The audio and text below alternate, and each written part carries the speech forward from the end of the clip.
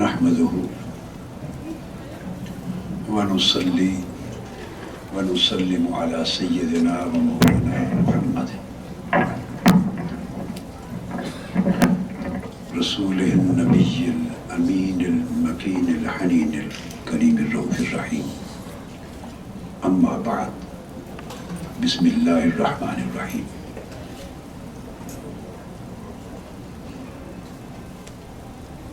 بسم اللہ الرحمن الرحیم.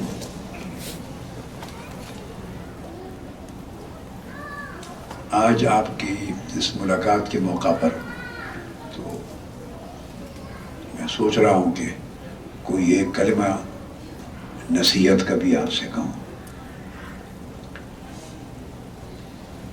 ایک چیز کہنا چاہتا ہوں جو بہت اہم ہے سب کے لیے. حضور نبی اکرم صلی اللہ تعالیٰ علیہ وآلہ وسلم سے ایک صحابی نے پوچھا، یا رسول اللہ صلی اللہ تعالیٰ وسلم، نجات کس شے میں ہے؟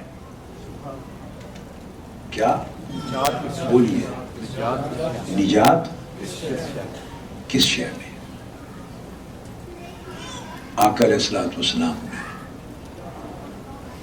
اپنی زبان مبارک میں ہاتھ رکھا، پکڑا، فرمایا امسک لسانک، زبان کو کنٹرول رکھ، اسی میں نجات. فرمایا اپنی زبان کو قابو میں رکھو، اس میں نجات. یہ ایک نقطہ ذہن میں آیا ہے تو میں نے چاہا کہ جتنا ایک وقت ہے اس کو سمجھا دوں.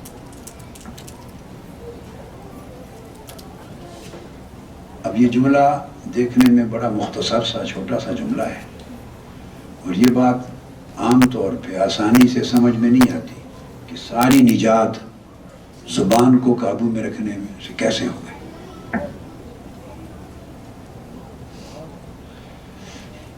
یہاں میں کوریلیٹ کرتا ہوں، قاری شفیق صاحب نے جو تلاوت کی اور انہوں نے جا کے ایک آیت کریمہ پہ اینڈ کیا اپنی تلاوت کا، اس سے اگلی جو آیت ہے وہ اس مضمون سے متعلق، جو انہوں نے نہیں پڑھی اس سے پہلے ایک مضمون کو ختم کیا، لیکن اس سے اگلی آیت اس مضمون پر ہے کہ موسیٰ علیہ السلام کو اللہ پاک نے بلایا وادی سینا میں. وادی سینا میں وہ درخت تھا جس میں سے اللہ رب العزت کا نور چمکا.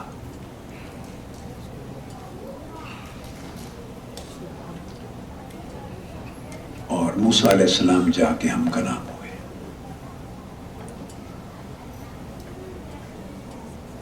جس کا ذکر ہے فخلعن اعوذ باللہ من الشیطان الرجیم، فخلعن علیک، اپنے جوتے اتار دیں، انک بالوادی المقدس طویٰ، آپ ایک مقدس وادی میں آ گئے جہاں نور چمکا. یہ وہ مقام ہے جہاں اللہ رب العزت نے موسیٰ علیہ السلام کو رسالت کے منصب پہ فائز فرمایا، ان کو رسول بنایا. He appointed him as his messenger at this place.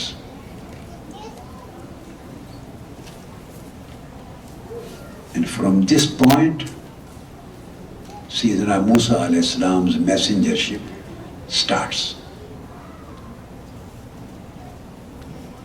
اس پر اللہ رب العزت نے فرمایا اذهب الى فرعون، اور دوسرے مقام پر ہے اذهبا الى فرعون انه طغى، کہ آپ دونوں یعنی آپ اور آپ کے بھائی ہارون علیہ السلام، آپ دونوں فرعون کی طرف جاؤ، وہ باغی ہو گیا ہے، اس نے ظلم شروع کر دیا ہے، اور ظلم آپ کو معلوم ہے، آپ نے سن رکھا ہے. جو فرعون ظلم کرتا تھا، تو وہ اس نے حد کراس کر دی ہے اور یہ بنا ظلم کیا ہے، تو اذهبا الی فرعون، جاؤ فرعون کے پاس، میرا پیغام لے کر اس کو میرا میسج دو۔ یہ پوائنٹ آف کمنسمنٹ ہے موسیٰ علیہ السلام کی میسنجرشپ اور رسالہ کا۔ فرعون کو جا کے میرا پیغام دو۔ یہاں تک قاری صاحب نے تلاوت کی۔ اگلی آیت میں اللہ رب العزت نے پہلی ہدایت دی،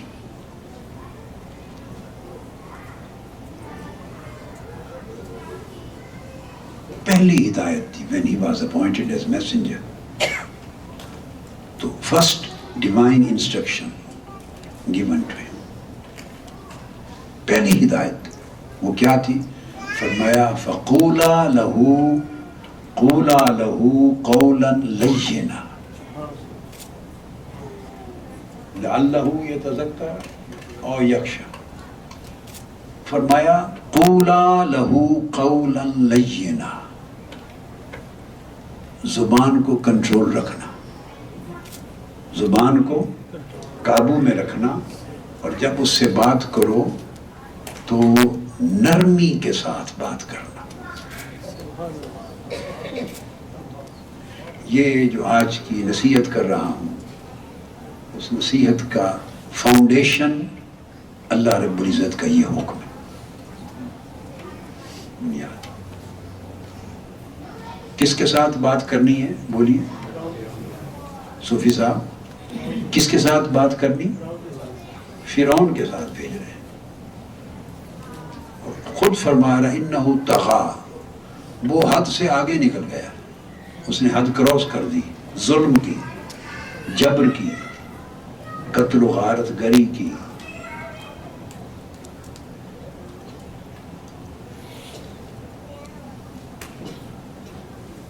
اس نے بڑی سرکشی اختیار کر لی، بڑا سرکش ہو گیا۔ تو بھیجا جا رہا ہے ایک ایسے شخص کی طرف جو بڑا ظالم، جابر اور سرکش ہے، بڑا کرول ہے، اور اس کا رویہ بڑا باربیرک ہے، اس کا بیہیویئر، اس کے بیہیویئر میں کوئی موڈیسٹی، کوئی کائنڈنس، کوئی شرم، کوئی حیا، کوئی مورل ویلیوز، کوئی لیمٹس نہیں ہے فرعون کی۔ طغا، اس نے ساری لیمٹس کراس کر دی۔ اب اس کی طرف جب اپنے پیغمبر کو بھیجا موسیٰ علیہ السلام، یہ بات ہر کوئی بڑی توجہ سے سنے اور سمجھے۔ جب بھیجا تو فرمایا فَقُولَا لَهُ قَوْلًا لَيِّنًا، تو ہدایت یہ ہے کہ جب تم جا کے اس سے بات کرو تو نرم لہجے میں بات کرنا۔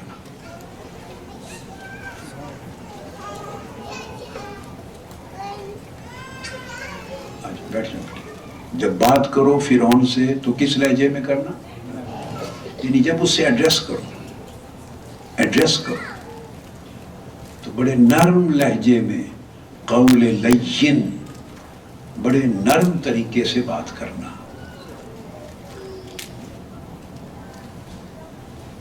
اس کی کیا حکمت ہے؟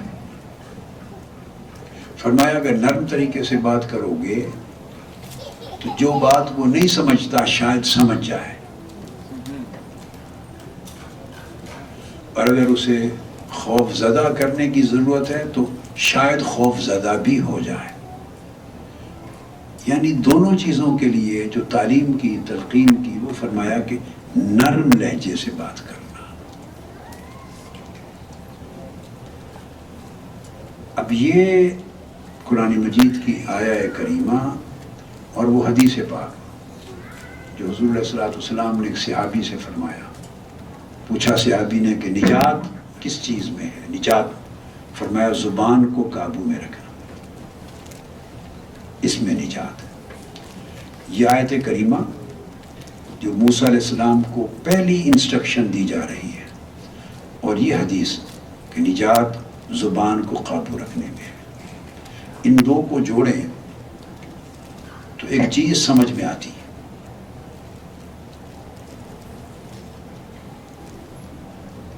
میں اس لیے کہتا ہوں کہ فارمل جلسہ بڑا اجتماع نہ ہو. جلسہ اجتماع لوگ سنتے ہیں، سن کے چلے جاتے ہیں، ٹھیک ہے، ساری زندگی گزر گئی لوگوں کو سنتے ہیں تو ہوتا رہتا ہے. لیکن مجھے اس سے کہیں زیادہ دلچسپی اور راحت اس امر میں ہوتی ہے کہ جو لوگ متعلق ہیں، جن کا تعلق زیادہ جڑا ہوا ہے ایک نسبت کے ساتھ، ان کی اصلاح ہو اور وہ اپنے مینرز کو، اپنے بیہیویئرز کو، اپنے مورلز کو، اپنے طور طریقوں کو امپروو کرے.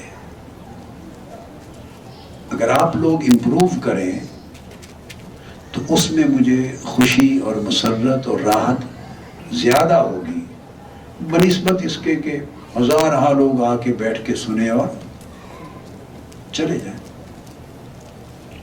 وہ ہزاروں لاکھوں لوگ سنتے ہی رہتے ہیں.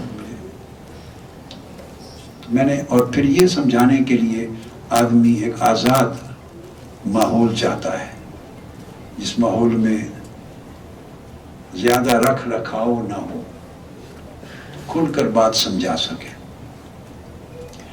اب یہ جو نقطہ ہے زبان کو قابو میں رکھنا، اس میں نجات ہے.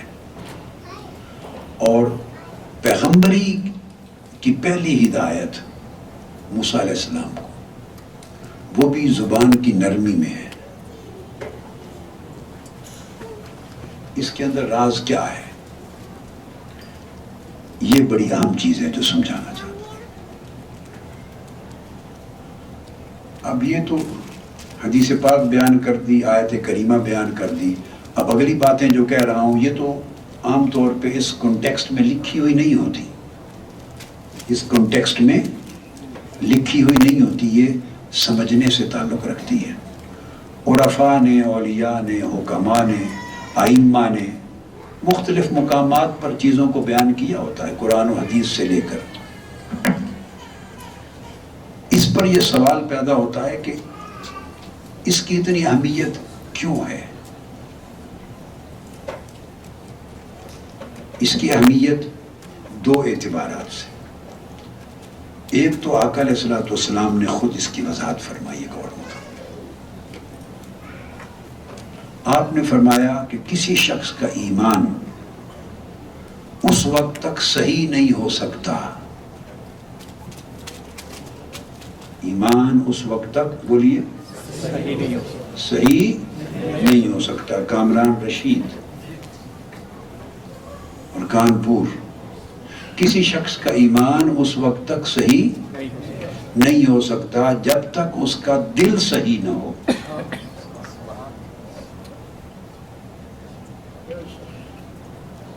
لا یستقیم الایمان، اس شخص کا ایمان سیدھا نہیں ہوگا جب تک حتی یستقیم قلبہ، حتیٰ کہ جب تک اس کا دل سیدھا نہ ہو، صحیح نہ ہو. اور فرمایا کہ کسی شخص کا دل اس وقت تک صحیح نہیں ہو سکتا جب تک اس کی زبان صحیح نہ ہو.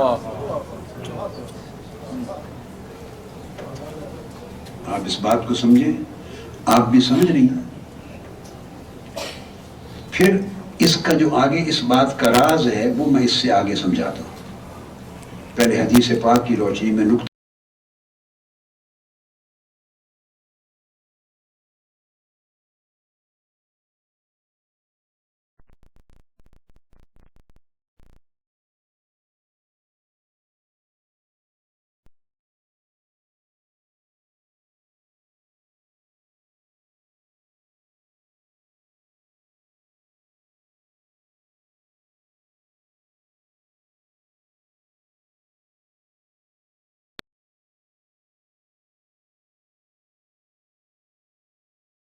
سمجھا. آقا علیہ الصلوۃ والسلام نے ایمان کی صحت کا مدار،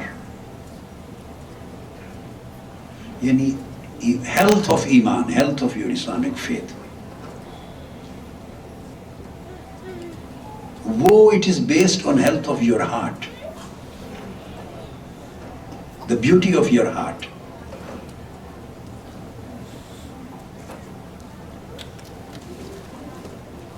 جب تک دل خوبصورت نہ ہو اور سیدھا نہ ہو اور صحیح نہ ہو اور سالم نہ ہو امراض سے اور برائیوں سے اور خرابیوں سے دل،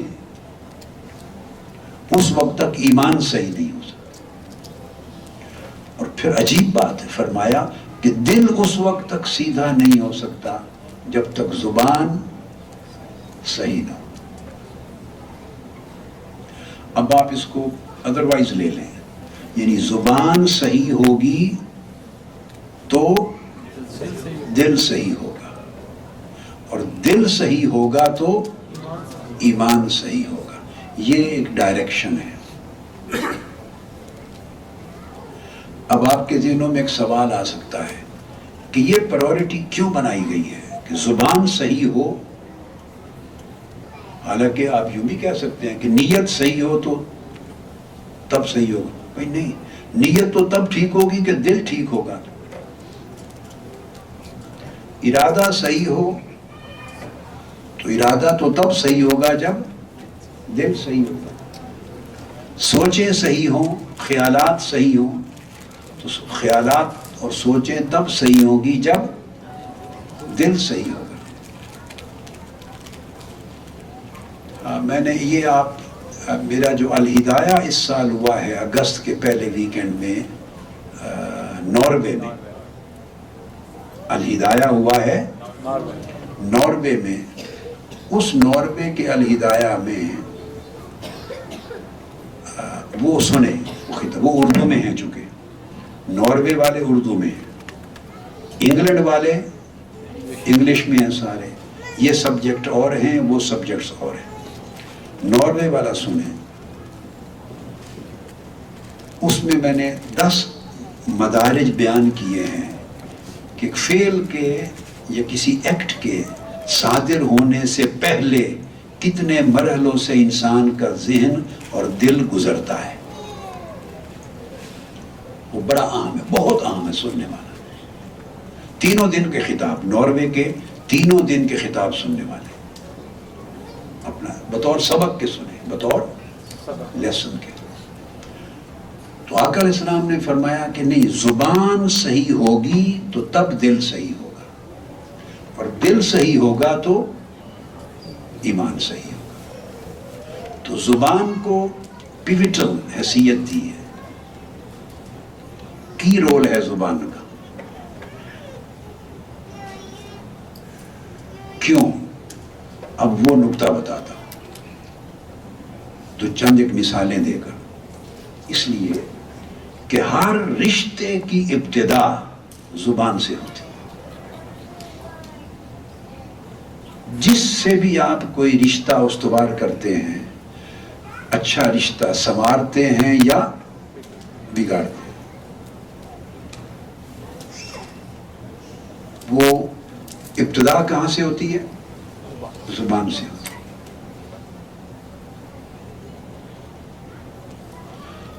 آپ یوں لیں، آپ کی شادی ہوتی ہے،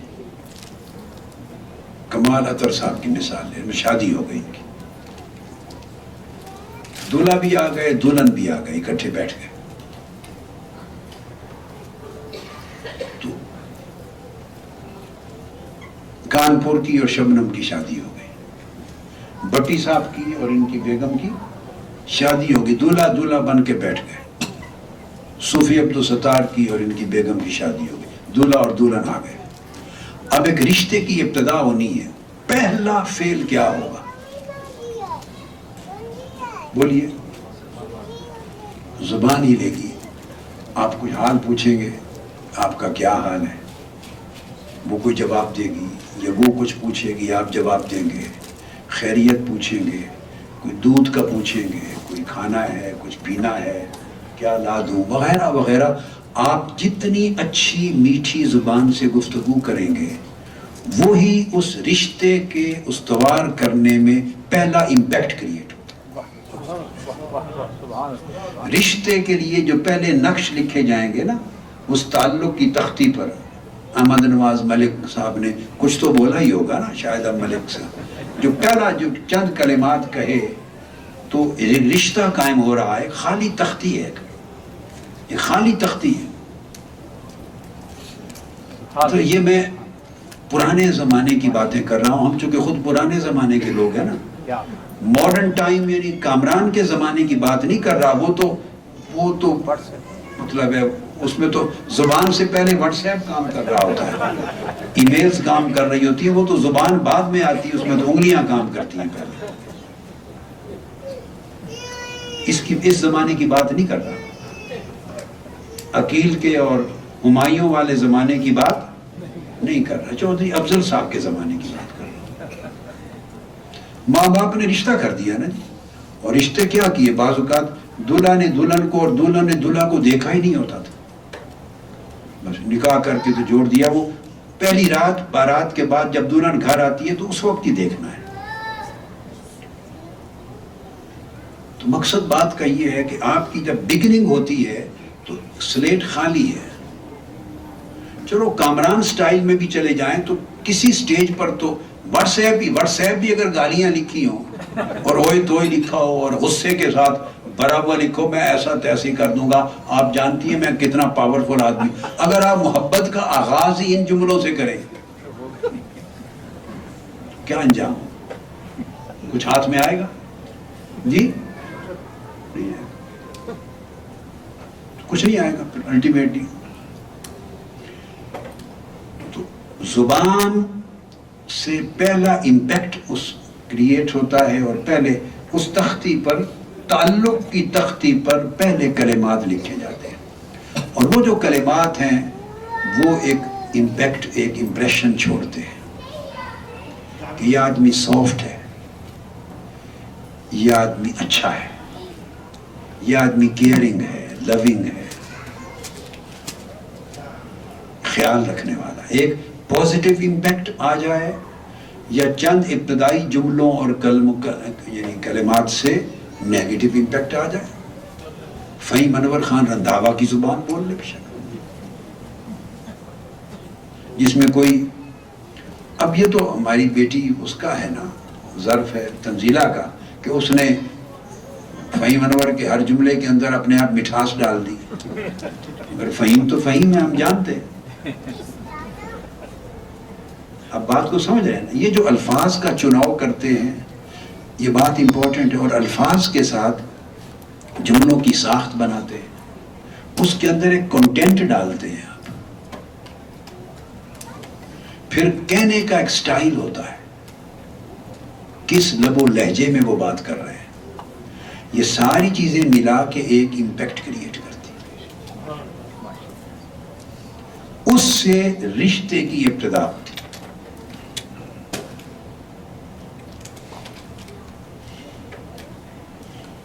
مثلا میں ایک اور مثال دیتا ہوں. چونکہ میاں بیوی آپ بیٹھے ہیں نا، فیملیز ہیں، مرد بیٹھے ہیں، عورتیں بیٹھی ہیں، تو اب یہ چونکہ ایک مثال میں نے اتفاقاً یہ دے دی، اب اسی سے ہی بات کو چلا کے ایک اور مثال اسی سے کریٹ کرتا ہوں. اور وہ نصیحت بھی ہے، آپ سب کی بڑی نصیحت ہے، میاں بیوی کے تعلقات کو خوشگوار رکھنے کی نصیحت ہے. دیکھیے دو افراد ہیں، شوہر اور بیوی بھی دو فرد ہیں، دوست بھی دو فرد ہیں. جب آپ کو ابھی چونکہ اس کی شادی ہونے والی ہے ہمارے بیٹے کی، نہیں عمران کی، تو اس کے لیے میری نظر پڑ گئی تو اس کے بھی کام آئے گی. وہ یہ یاد رکھ لیں، جب آپ کو اپنے دوست کے ساتھ تخلیہ ملے، یہ میں دو مثالیں دے کر پھر اونچا چلا جاؤں گا، پھر دنیا کو چھوڑ دوں گا. آپ کو ابتدائی مثال یہاں کی دے رہا ہوں تاکہ وہ آپ کی ڈے ٹو ڈے استعمال میں ہے نا چیز، آپ کو آسانی سے سمجھ میں آ جائے گی. جب دوست کے ساتھ، اور میاں بیوی دوست ہوتے ہیں، وہ آپس میں انہوں نے محبت کا رشتہ استوار کرنا. اگر میاں بیوی کے درمیان محبت کا رشتہ استوار نہیں ہو سکا تو وہ کیا شادی ہے؟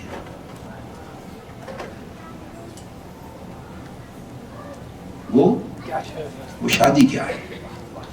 وہ خانہ آبادی کیا ہے؟ وہ ازدواجی زندگی کیا ہے؟ اگر باہمی محبت کا، قلبی تعلق کا رشتہ استوار نہ ہو تو پھر ایک صوفی صاحب کیا بولتے ہیں، وہ پھر وہ بنگار ہے یا کیا؟ پنجابی میں آپ کیا کہتے ہیں؟ پھر وہ ایک ایسا بوجھ ہے جو آدمی ایک رشتے کی، ازدواجیت کی ایک لاش ہے جو کندھے پر اٹھا کر دونوں پھر رہے ہیں، ایک عذاب ہے۔ زندگی جنت بنتی ہے اگر رشتہ باہمی محبت اور باہمی اعتماد اور ایک دوسرے کے لیے دکھ درد کو شیئر کرنے کا رشتہ بن جائے۔ اب اس کے لیے جو نصیحت کرنا چاہتا ہوں، جب دو دوست تخلیہ میں ملیں تو آپس میں چونکہ دو انسان ہیں، ایسی چیزیں بھی ہوگی جن پر دونوں کا اتفاق ہے، اور ایسی باتیں بھی کئی ہوتی ہوں گی جن پر نقطہ نظر میں دونوں کا اختلاف ہے۔ یہ بات تو ہے نا؟ یاد رکھ لیں، جب تخلیہ میں ملاقات ہو دوستوں کی تو کبھی اس وقت میں اس موضوع کا ذکر نہ کریں جو دونوں کے درمیان سوچوں کے اختلاف کا سبب ہے، کبھی ذکر نہ کریں، صرف ایسی بات کا ذکر کریں جس پر دونوں متفق ہیں، تاکہ مزید جو وہ قربت ہے وہ معانست میں بدلے۔ یعنی ان چیزوں کو ٹچ کریں، ان سبجیکٹس کو بیان کریں، گفتگو میں ان موضوعات کو، کنٹینٹس کو لے آئیں جو اس کو بھی اچھے لگیں اور آپ کو بھی اچھے لگیں۔ یہ بات سمجھ میں آئی؟ اب اس سے ایک درجہ تھوڑا سا اونچا جاتا ہوں، اور اس کو اور اعلیٰ کرنا چاہیں اور بڑا آئیڈیلائز کرنا چاہیں۔ عقیل کی تو تازہ شادی ہوئی ہے، عقیل کو تو یہ بات اور سمجھ میں آئے گی۔ چودھری افضل صاحب کی زندگی گزر گئی ہوگی اسی اصول پر۔ اور ایک امپورٹنٹ چیز ہے بیٹے، وہ یہ کہ اگر آپ کو بالفرض ایسے لوگ بھی ہوں گے، ان لوگوں کی بھی شاید کمی نہ ہو، کوئی سبجیکٹ ایسا نہ ملے جو دونوں میں کامن ہو، جن پر دونوں کا اتفاق ہو۔ ایسا بھی ہو سکتا ہے نا کہ کسی میں ایسا کوئی سبجیکٹ کہ اس تخلیہ کے لمحات میں ان کو شیئر کریں جن سے دونوں کا دل خوش ہوتا ہے۔ ممکن ہے ایسا سبجیکٹ ہی کوئی نہ ہو آپ کے پاس، اتفاق سے حالات ایسے بنا لیے ہوئے ہیں کہ کوئی کامن شیئر کرنے کا سبجیکٹ نہیں رہا، ہر موضوع جس کو چھیڑے اسی پر اختلاف ہے۔ اگر ایسا مبارک بڑا برکت والا تعلق بن چکا ہوا ہے تو پھر میں اس سے اور آسان بات کرتا ہوں، پھر اپنی ترجیح کو چھوڑ دیں۔ گفتگو تو کرنی ہے نا، زبان تو کھولنی ہے، زبان میں صرف وہ سبجیکٹ ان لمحات میں بیان کریں جب دوستوں کی ملاقات ہو رہی ہے جن کے بارے میں آپ کو پتا ہے کہ آپ کے دوست کا دل خوش ہوگا یہ بات سن۔ آپ کا خیال کیا ہے کیا نہیں، صرف وہ سبجیکٹس بیان کریں جس سے آپ کے دوست کا دل خوش ہوگا۔ آپ میری بات سمجھ گئے؟ اب میں یہ بھی مثالوں سے سمجھا سکتا ہوں مگر دینا نہیں چاہتا مثالیں، وہ بات بہت زیادہ کھل جائے گی۔ آپ کو اتنی سمجھ تو ہونی چاہیے کہ آپ اپلائی کر سکیں۔ ایسے سبجیکٹس جس سے آپ کے دوست کا دل خوش ہو، اس کے دل کو راحت ملے، اس کو ذہنی سکون ملے، اس کی اٹریکشن کی چیزیں ہوں۔ دوسرے فریق کے رجحانات تو ہوں گے نا بھائی، رجحانات کہیں کسی رشتے سے ان کو بڑی محبت ہے، کسی رشتے سے ہوتا ہے نا، ہر ایک کا اپنا اپنا رجحان جی۔ تو وہ سبجیکٹ ان کو ڈسکس کریں جن سے آپ کو یقین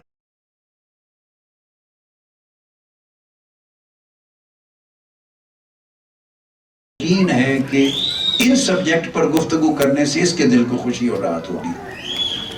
یہ سب کیا ہے؟ فرمایا امسک لسانک، زبان کو قابو میں رکھ۔ زبان کو کب استعمال کرنا ہے، کیا بولنا ہے، کیا کہنا ہے، کس سے کہنا ہے، کس وقت کہنا ہے، کس طرح کہنا ہے، اس کا استعمال صحیح کر، تاکہ آپ کی زبان سے دوسرے کا، آپ کے دوست کا دل خوش ہو، اسے راحت ملے، اسے اذیت اور بوجھ نہ ملے۔ مطلب تخلیہ کا، ایک محبت کا تخلیہ کا وقت ہے تو آپ نے بزنس کی بات شروع کر کے بیٹھ جائے،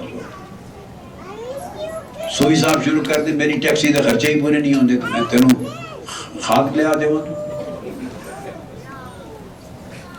اوبر نے بیڑا ہی غرق کرتا ہے کاروبار دا تو یہ موضوعات شروع کر دے تو وہ پھر آپ کا ہی بیڑا غرق کرے گا نا آپ کا دوست. تو ہمیشہ اب یہ جو سارا کی پوائنٹ ہے یہ کیا ہے؟ جس جگہ جس نوعیت کا تعلق ہے، جس نوعیت کا تعلق ہے اس دنیا میں، جب آپ اس تعلق کو استوار کر رہے ہیں تو آپ کو دیکھنا ہے کہ آپ کی زبان سے کیا نکل رہا ہے، اور اس بات کا امپیکٹ فریق ثانی پر جو میرا دوست ہے اس پر کیا ہوگا. اگر اس پر خوشگوار اثر ہوتا ہے تو آپ کا تعلق خوشگوار ہوگا.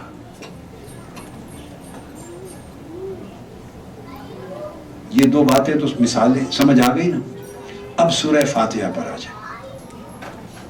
یہی چیز جو میں نے آپ کو بتائی، آپ نماز میں کھڑے ہوتے ہیں، اللہ اکبر کر کے نماز شروع کرتے ہیں جی، تو اللہ سے اپنے تعلق کو جوڑنے لگتے ہیں. ہم کلام ہوتے ہیں غوری سا، اللہ سے ہم کلام ہو رہے ہیں، اپنا تعلق جوڑ رہے ہیں. تو سب سے پہلے کیا کرتے ہیں؟ حمد و ثنا پہ. اب آپ پڑھیں ذرا اونچی آواز سے حمد کے کلمات. میں ایک نکتہ بتاتا ہوں. آپ نے تکبیر تحریمہ کہہ لی اللہ اکبر کر کے کھڑے ہو گئے، اب ذرا اونچی آواز سے پڑھیں ایک ایک کریں. اس میں سبحانک اللہ، واہ یہ کلمہ کیا ہے؟ واہ مولا تیری بڑی شان ہے، تو بڑا بلند ہے، پاک ہے. آگے تیری تعریف ہی تعریف ہے، ساری اچھائیاں ہی اچھائیاں ہیں مولا تیری.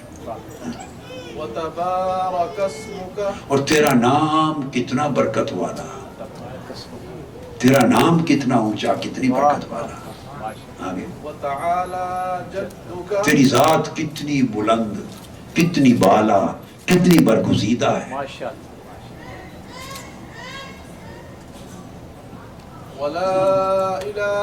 اور پھر مولا اتنی شانوں والا صرف تو ہی ہے، اس لیے تیرے سوا اور کوئی عبادت کے لائق ہی کوئی نہیں، صرف تو ہی عبادت کے لائق ہے.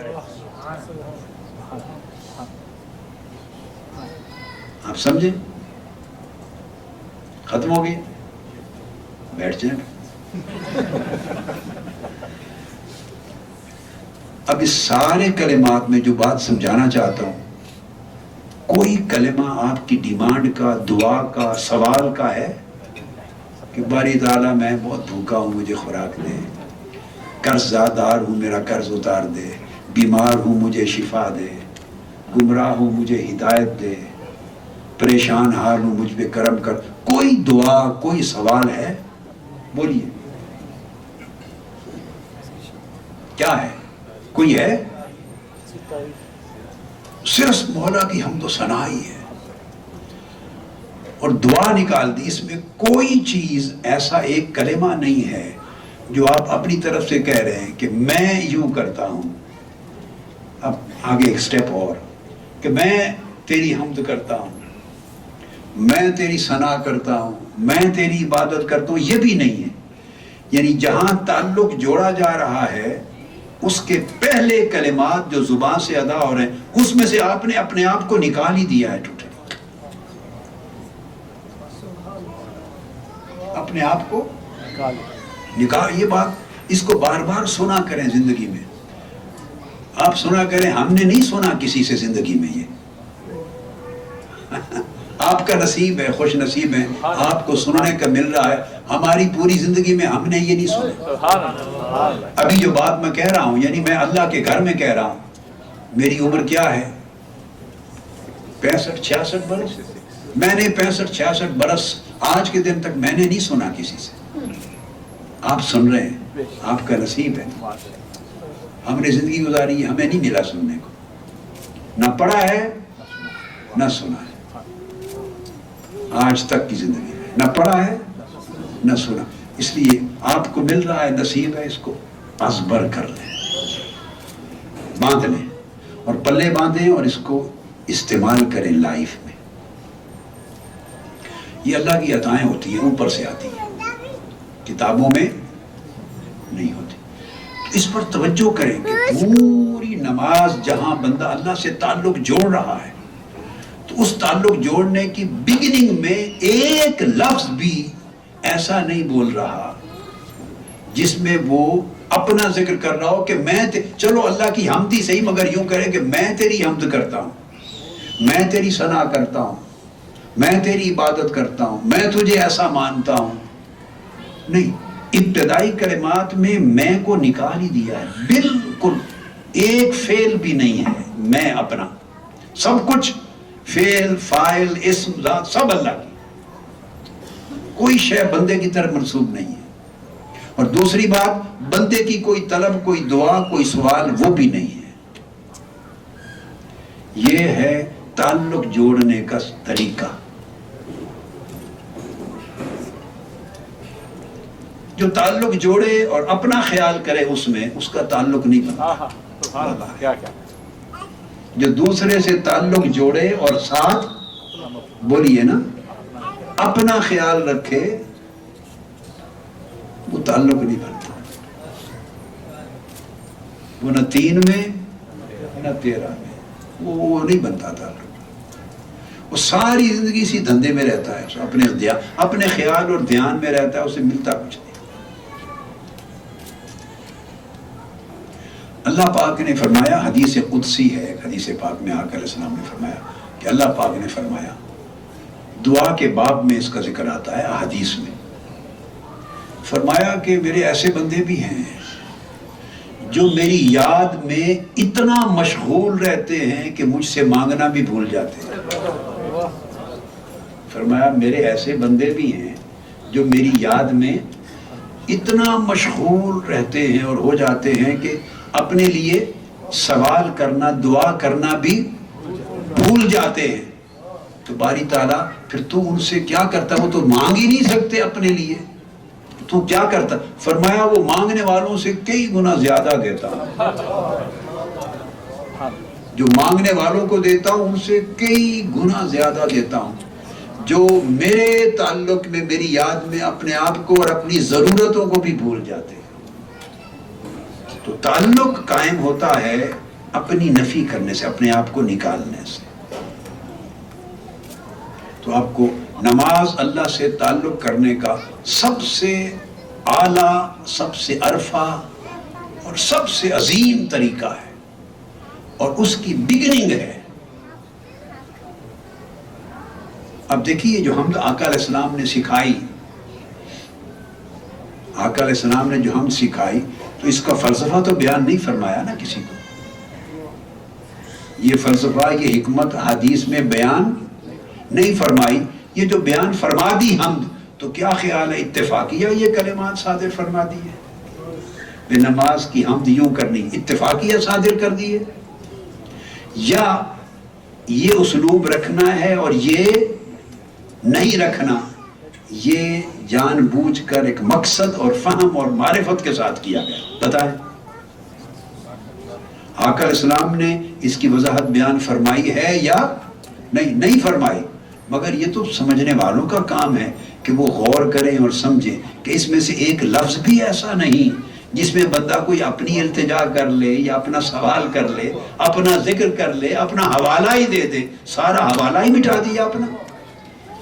تو یہ اسلوب اس لیے سکھایا کہ تعلق بنتا اس طرح ہے. کانپور کو اس طرح بن کے رہنا ہوگا، پھر ٹھیک بنے گا تعلق. اکڑ شکڑ بندہ رکھے نا ساری، پھر نہیں رہتا. تو میں نکال دی ہے پوری حمد و ثنا سے. اچھا، یہ تو قرآن مجید کے علاوہ کلمات ہیں نا، حمد ہے. پھر وہ کر کے تو آپ سورہ فاتحہ میں آ جاتے ہیں.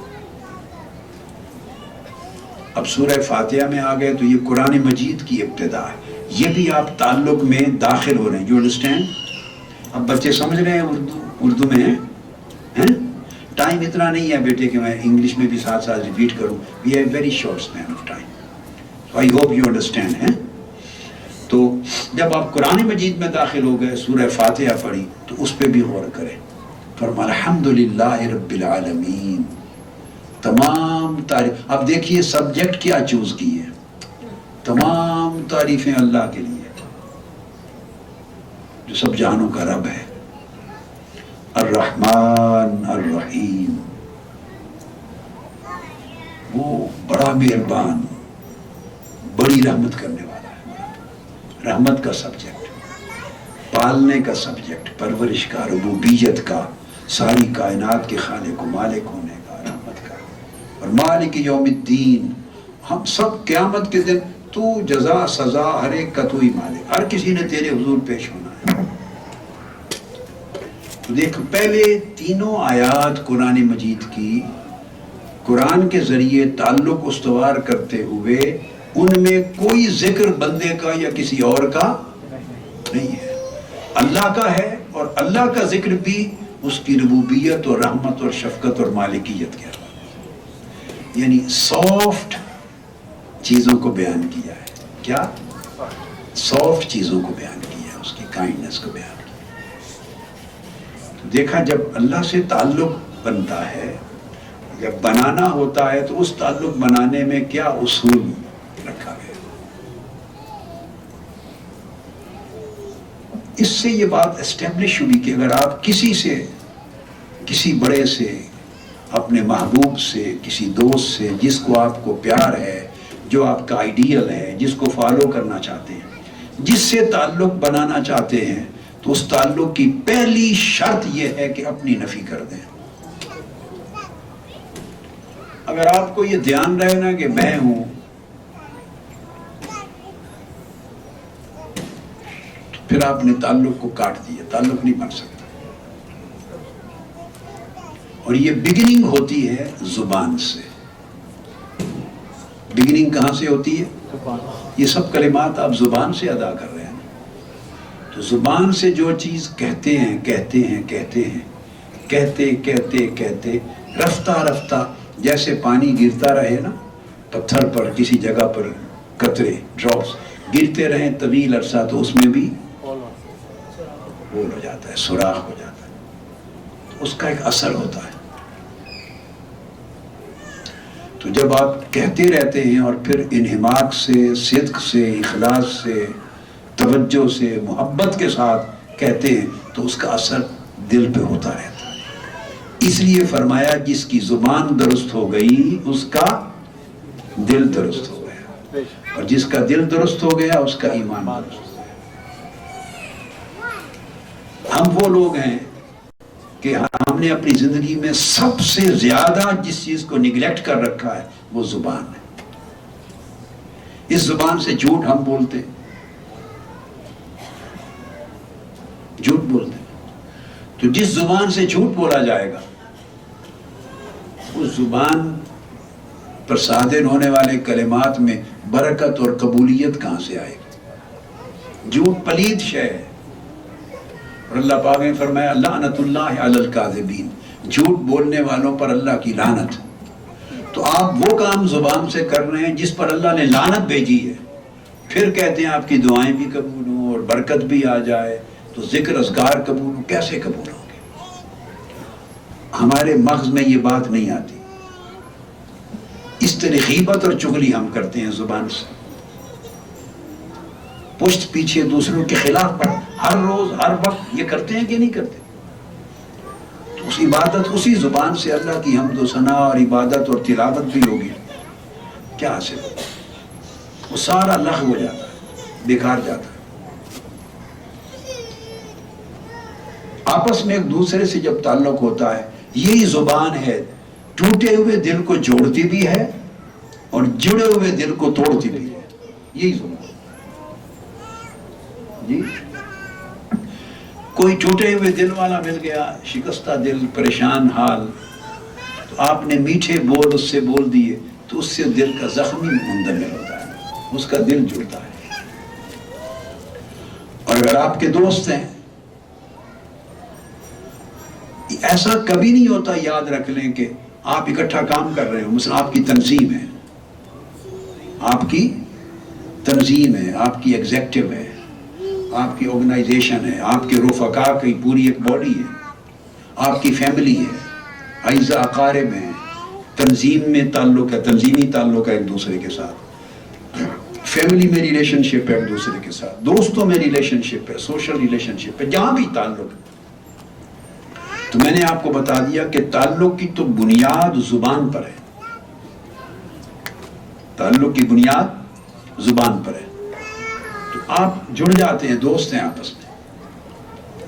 ایسا کبھی نہیں ہو سکتا دنیا میں کہ دوست ہوں، تنظیموں کے لوگ ہوں، فیملیز کے لوگ ہوں اور ان کے درمیان کوئی اختلاف رائے ہی نہ ہو، ایسا کبھی نہیں ہوتا۔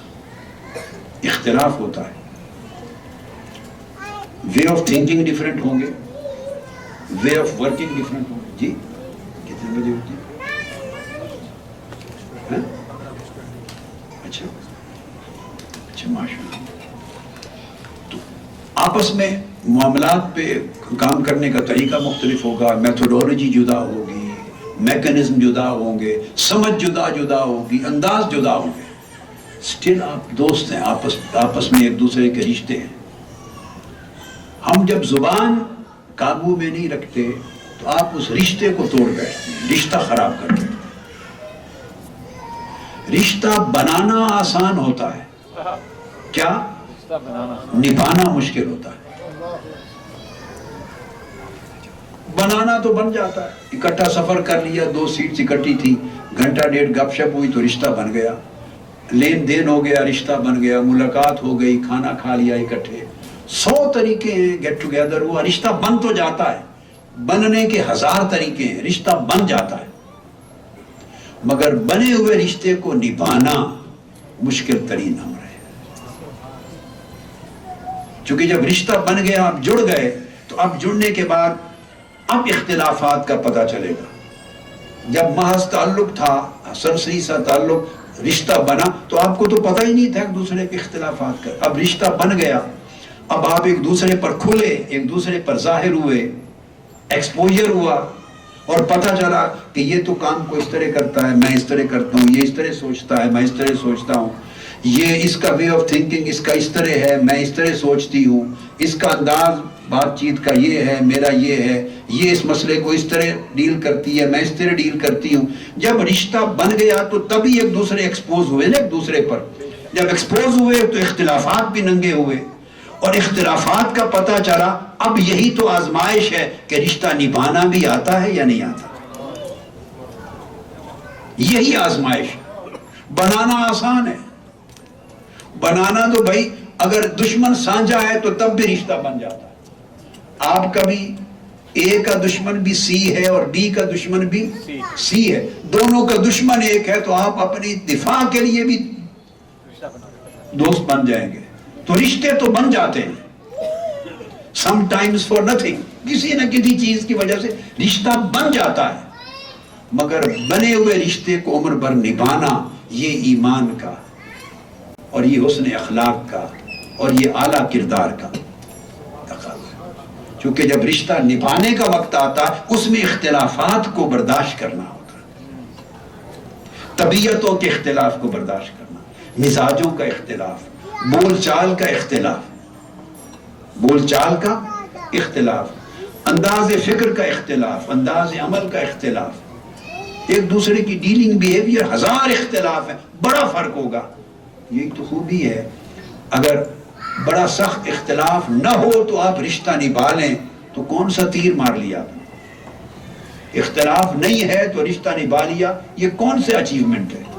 اچیومنٹ تو یہی ہے کہ 20 اختلاف تھے مگر پھر بھی رشتہ نبھایا، اور نبھایا بھی خوش اسلوبی سے، محبت سے، پیار سے، اس طرح نبھایا کہ کسی کا دل نہ ٹوٹے، کسی کا۔ بس میں بات کو ختم کرتا ہوں ایک واقعہ سنا کر۔ ایک بزرگ تھے، اولیاء اور عارفین اولیاء کبار میں سے، ان کا ایک دوست تھا، اس کی پریشان حالی تھی، وہ اپنی پریشان حالی میں اپنے دوست کے دروازے پر گیا، دوست باہر آیا، وہ بھی ولی اللہ تھے، باہر آیا تو کہا کہ یہ پریشانی ہے تو اس کی مدد کے لیے آیا ہوں، کوئی مدد تھی، کسی کو کچھ مشکل تھی، کسی کی مشکل اس کی حل کرنی تھی. وہ اندر گئے، انہوں نے مشکل حل کرنے کے لیے پیسے جو کچھ تھا وہ اٹھایا اور اپنے گھر کے صحن میں تھے اور دھاڑے مار کے رونے لگ گئے. بیوی نے پوچھا روتے کیوں ہیں؟ وہ روتے جائیں. انہوں نے کہا کہ اگر آپ کو اتنی رقم دینے کا حوصلہ نہیں تو آپ باہری جواب معذرت کر دیتے. جب اس نے مدد مانگی تھی آپ معذرت کر دیتے. اگر حوصلہ نہیں ہے، اس نے کہا نہیں یہ مسئلہ نہیں ہے، تو پھر روتے کیوں ہیں؟ بیوی کو سمجھ نہیں آئی بات. بہت اصرار کیا. اس نے کہا کہ میں وہ مسئلہ نہیں ہے جو آپ سمجھ رہی، میں روتا اس لیے رو رہا ہوں کہ میں اتنا گر گیا ہوں، اتنا گر گیا ہوں اور اللہ مجھ سے اتنا ناراض ہو گیا ہے، اور میرے اندر دوستی نبھانے کا جو تقاضا ہوتا ہے وہ بھی برقرار نہیں رہا کہ میرے دوست کو اپنی حاجت لے کر میرے دروازے پر آنا. مجھے خود پتا کیوں نہ چلا، از خود اس کے بتائے بغیر اس نے اپنے آپ کو ایکسپوز کیا. کتنا شرمندہ ہوا ہوگا، اس نے اپنی پریشانی مجھے بیان کی. میں اس پر رو رہا ہوں کہ شاید اللہ مجھ سے ناراض ہو گیا ہے کہ اسے پردہ اٹھانا پڑا، اپنے حالات پر مجھے بتانا پڑا. کاش وہ نہ بتاتا اور مجھے خود خبر ہوتی، میں یہ حق ادا کرتا اور اس کی مشکل بھی حل ہو جاتی اور اس کی زبان پر بھی یہ پریشانی نہ آتی. اس کو دوستی کہتے ہیں. تو مشن دوستی ہے آپ کی اللہ رسول کی وجہ سے. یہ رفاقت دوستی ہے اللہ رسول کی وجہ سے. آپ کی طبیعتیں، مزاج کا انداز 100 مختلف ہوں گے. وہ بہن بھائیوں کا آپس میں سگے بھائیوں کے بھی مختلف ہوتے ہیں، الگ الگ طبیعتوں کے لوگ ہوتے ہیں، مگر جہاں رشتہ اللہ رسول کی وجہ سے قائم ہو جائے اس کو نبھانا چاہیے. اور اس طرح نبھانا چاہیے کہ آپ کے طرز عمل سے اور آپ کی زبان سے کبھی کسی دوسرے کا دل نہ ٹوٹے، کسی کا دل نہ ٹوٹے. آپ اتنی نرمی، محبت، مٹھاس سے بات کریں، اختلاف کی بات بھی ہو تو مٹھاس سے کریں تاکہ اس کے دل کو ہمیشہ سکون اور راحت ملے. سمجھ آ گئی بات؟ چلو، وما علینا الا البلاغ. والسلام علیکم ورحمۃ اللہ وبرکاتہ.